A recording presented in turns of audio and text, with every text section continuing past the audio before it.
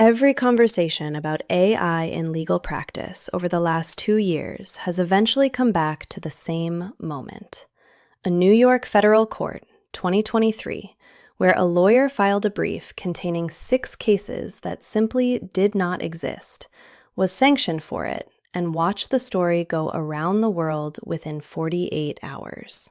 Every lawyer who has even considered using AI for legal work remembers that story. And most of them remember it as the reason they have not yet adopted the technology in any serious way. The architectural answer that shipped in the Claude for Legal release is the research connector layer, and it is genuinely the most consequential piece of the launch. Westlaw, Practical Law, and CourtListener, with Free Law Project sitting alongside as the access to justice partner. The model is no longer searching the open internet for case law. It is reading from the same authority sources your firm already pays for, with citation attribution attached to every result it returns. The panel's view from the launch materials is that this is the structural piece that changes the hallucination posture more than any model improvement could, because it shifts the failure surface from the model itself to the database it reads from. The connector layer does not eliminate the problem. It changes the shape of it, and that change matters. This episode walks through what shipped, how the workflow actually runs, and the verification protocol that still has to sit alongside it. The research connector layer is not a single product feature. It is 3 named connectors, plus an architectural pattern that makes them work together, plus an access to justice partnership that broadens who can use them. The 3 named research connectors are Westlaw and Practical Law. Both reach through Thomson Reuters as the integration partner, and CourtListener reach through Free Law Project as the open source partner. Each of them brings a different kind of authority into the working context, and the workflow that emerges from running all 3 together is materially different from running any one of them alone. The architectural pattern matters because it determines whether the connectors compose. Anthropic ships these as MCP connectors, which is the same standard that runs the document management connectors and the workflow connectors across the broader release. The model issues a query, the connector returns authority, the model cites with attribution, and the lawyer verifies. The pattern repeats, and because it repeats consistently across every research source, the verification workflow stays the same regardless of which database the citation came from.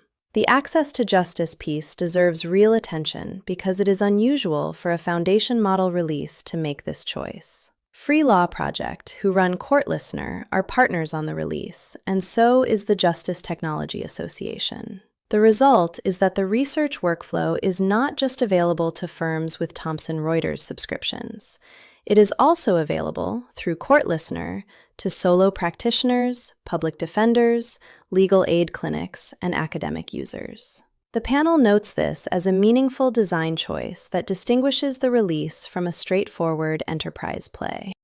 The panel walks through each connector with the same 4 questions, because the questions are the same ones a senior practitioner would ask before adding any new research tool to the firm's stack. What is the source actually drawing from? What work does the connector enable that wasn't possible before? Where is the gain most visible? And where, inevitably, do the gaps show up? Westlaw is the gold standard commercial database, the one most large firms already run on, and the one where the gain in citation accuracy will be most immediately felt. Practical Law is the practice note and drafting know-how layer, which operates very differently from a case law database and produces a different kind of gain. CourtListener is the open alternative, and it carries the access to justice argument into the workflow for practitioners who do not have a Thomson Reuters subscription. One quick note on adjacency before we go into the deep dive. Harvey and Legora are also connectors in the Claude for Link Mini of Legal release, and both companies were direct competitors in the legal AI market until last week. They sit adjacent to the research layer rather than inside it, because what they bring is workflow capability rather than underlying authority access. This episode focuses on the 3 connectors that change the citation posture directly. The competitive realignment those other connectors signal is a topic for a different episode. Westlaw is the largest commercial legal research database in the United States, owned by Thomson Reuters and built up over decades as the authoritative source for federal and state case law. It includes full case text, the KeyCite citator service, headnotes, statutory annotation, treatises, and secondary sources. It is the database most large firms run on as a baseline subscription, and for most working litigators, it is the canonical authority surface. Through the Westlaw connector, Claude can issue a research query, pull responsive cases with full text, and use KeyCite to surface negative treatment or subsequent history before citing. The connector also pulls headnotes for quick, relevant screening on long opinions, which matters because a single case in a complex matter can run to 40 or 50 pages, and the working lawyer cannot read every one of them in full during initial research. The gain in practice is that citation accuracy improves materially, because every cited case now carries a Westlaw reference attached to it, and the lawyer's verification step becomes a click rather than a separate search. KeyCite flags problematic citations before they make it into a brief, and the hallucination risk that haunted the first generation of legal AI tools is reduced at this layer in a way that matters for filings.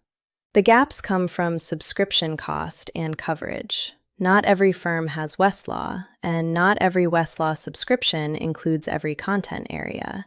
So the connector inherits the access boundaries of whatever your firm is actually paying for. International law, jurisdiction-specific treatises, and specialized practice areas may not be covered, which is something to confirm in your specific subscription before relying on the connector for those workflows. Practical law is also Thomson Reuters, but it is a fundamentally different product than Westlaw, and it serves a different purpose in working practice. Where Westlaw is case law and statute, practical law is the know-how layer, the resource you go to when you need to understand the standard practice for a particular kind of transaction or a particular clause type. It contains practice notes, standard documents, drafting checklists, and step-by-step transactional guides that turn an unfamiliar drafting task into a structured workflow you can run through. The Practical Law connector lets Claude pull a relevant practice note, a standard form document, or a drafting checklist directly into the working context. When the lawyer asks Claude to draft a clause, Claude can ground the draft in the practical law standard for the specific jurisdiction and document type, which means the output reads like a competent practitioner's first cut, rather than like a generic AI draft. The gain shows up most clearly in drafting consistency. Junior practitioners who have not yet built years of muscle memory for what an NDA under Delaware law actually looks like can now produce drafts that match the standard. Senior practitioners can use the connector to compress the lookup phase that previously meant a practical law tab open in the browser and a back and forth between drafting and research that broke concentration every time. The gaps mirror the Westlaw gaps, because practical law's coverage, while broad, is not infinite. Some specialized practice areas have thin practice note coverage, and the connector inherits those gaps. As with Westlaw, the subscription tier you actually have determines what the connector can read on your behalf. CourtListener is the case law database run by the Free Law Project, a nonprofit organization that has spent more than a decade building out an open repository of federal court records, federal case law, and a growing collection of state court material. It is the canonical free alternative to Westlaw for case law research, and it carries weight in the legal research community because it has been built and maintained by people who care about access to law as a public good. Through the CourtListener connector, Claude can pull case text from the open record, surface filing history through the integration with Pacer and Recap, and provide citation-backed authority without requiring a Thomson Reuters subscription. For practitioners working in jurisdictions where federal court material dominates the daily work, the connector is functionally equivalent to a paid alternative for a wide range of research tasks. The gain here is the access to justice argument made concrete. Solo practitioners, public defenders' offices, legal aid clinics, state court lawyers without Westlaw budgets, all of them can now run the Research Connector workflow at the level of authority a courtroom requires. The Recap integration also surfaces federal filings in close to real time, which matters for trial lawyers who need to track what counterparties are filing across active dockets. The gaps are real and worth naming clearly. CourtListener's coverage is strongest for federal court material and growing for state court material, but it is not yet complete. The headnotes and citator services are not at Westlaw or KeyCite parity, and that means the verification step the lawyer runs after the connector returns a case takes longer than it would running the same query through Westlaw. The connector is an extraordinary resource. It is also, for now, less mature than its commercial counterpart. The workflow change that the connector layer enables is worth describing concretely because the architectural benefit only becomes visible once you walk through what actually happens at the keyboard. The pre-connector workflow had 4 context shifts in it, and every shift carried friction. You would research the question in Westlaw, copy the relevant cases into Claude, ask Claude to synthesize the holdings into a usable answer, copy that synthesis back into the brief you were drafting, and then verify each citation against Westlaw separately because you could not trust that the synthesis had preserved the original holdings accurately. 4 applications, 4 copy and paste steps, 4 moments where attention had to reset. The post-connector workflow runs as a single sequence inside Claude. The lawyer asks the research question. The model issues queries across whichever connected databases are authorized for the matter. The model returns a synthesis with attributed citations, each one linked to the source record in Westlaw or CourtListener directly. The lawyer reviews the synthesis, opens each cited authority through the connector link to verify the proposition against the actual case language, and approves or rejects each citation before it lands in the work product. What changes most for the lawyer is what their job becomes. The research synthesis, which used to be a piece of work in its own right, becomes review and verification of work the model has already done. The authority sources sit one click away inside the same surface as the drafting, and the context shifts that used to break attention every 20 minutes no longer happen.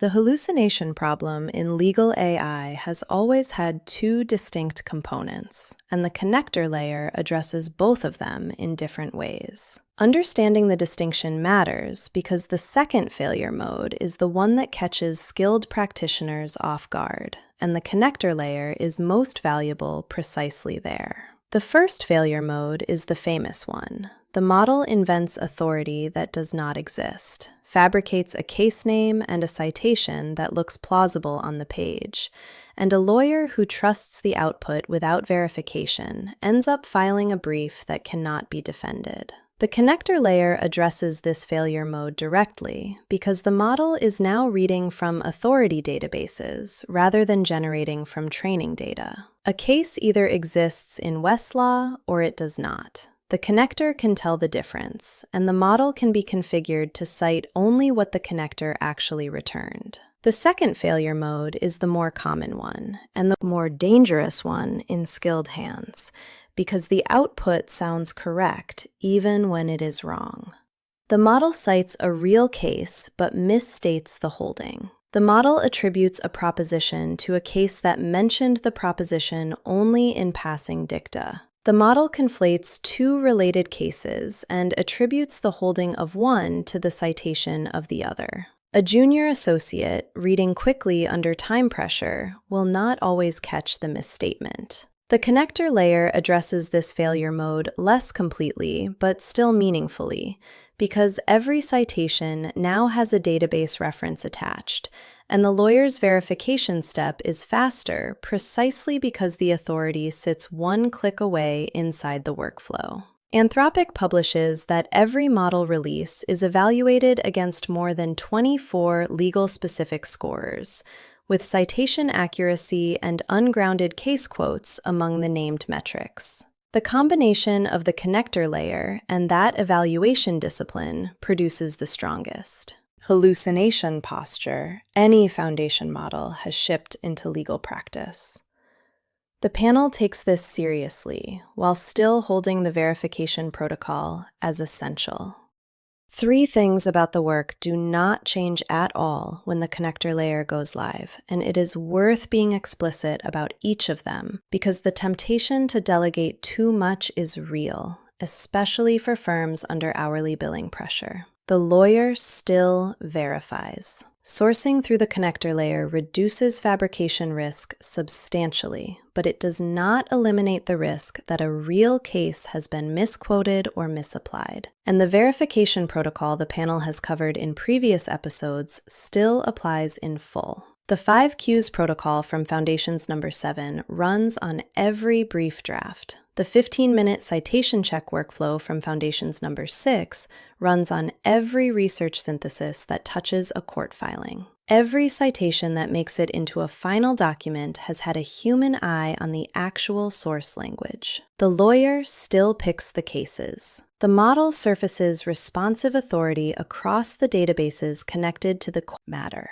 But the strategic question of which case anchors the argument, which case quietly does the load-bearing work in the brief, and which case to leave out because its negative treatment would invite a fight the lawyer would rather avoid. These are decisions that depend on years of practice in the relevant jurisdiction and on a feel for what the bench will respond to.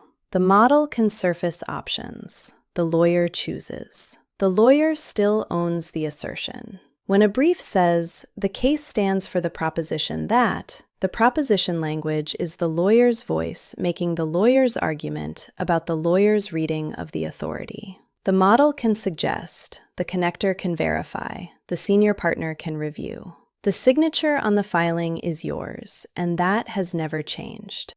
Step back from the workflow for a moment and consider what the connector layer does to the broader legal AI market, because the implication for the application layer vendors is significant, and the panel thinks it determines how the market evolves over the next 18 months. For the first generation of legal AI tools, exclusive access to legal research databases functioned as the structural moat. Harvey had it, Spellbook had it, CoCounsel had it, and the application layer's value came partly from owning integrations that working lawyers could not build for themselves, and partly from sitting on top of those integrations with a workflow opinion that made the underlying authority access usable. The Claude for Legal release moves that integration to the foundation model layer directly. Westlaw is now a Claude connector. Practical Law is now a Claude connector. CourtListener is now a Claude connector. The application layer competitors find themselves sitting on top of the same authority sources that Claude reaches directly, which means their moat narrows to workflow opinion and user interface, both of which are replicable. The competitive position of the legal AI application layer has changed materially, and the implications are still working themselves through the market. What this means for working practice is more subtle but worth naming. Without the research connector layer, Claude would still be a powerful general model that needed to be paired with application layer tools for serious legal work. With the connector layer, Claude reaches authority directly, and the application layer becomes optional rather than required. That is the change that makes Claude as a legal workflow surface actually viable, and it is the architectural piece that holds the rest of the release together.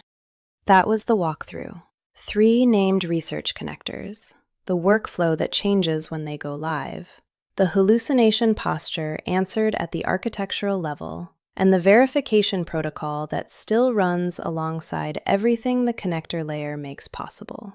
Episode number 5 in the Unpacked series goes deep on the Microsoft 365 surface: Word, Outlook, Excel, PowerPoint, with Claude reasoning across all 4 applications and the context-carrying architecture that makes that work. That episode is the piece that determines whether the legal AI lane reaches the practitioners who do not work in a separate chat window, which is most practitioners. After that, the plugin deep dives continue. Corporate legal, employment legal, privacy legal, then product legal, and AI governance legal as a paired episode. The deployment reports from real matter use start landing around mid-June, once 30 days of actual practice have built up the evidence base. If your work touches research in any meaningful way, the Research Connector workflow is the single most material change in the Claude for Legal release. Adopt it carefully. Verify rigorously. The lane is moving fast, and the firms that move thoughtfully now are the ones that will be best positioned when the dust settles. That's the episode. See you in the next one.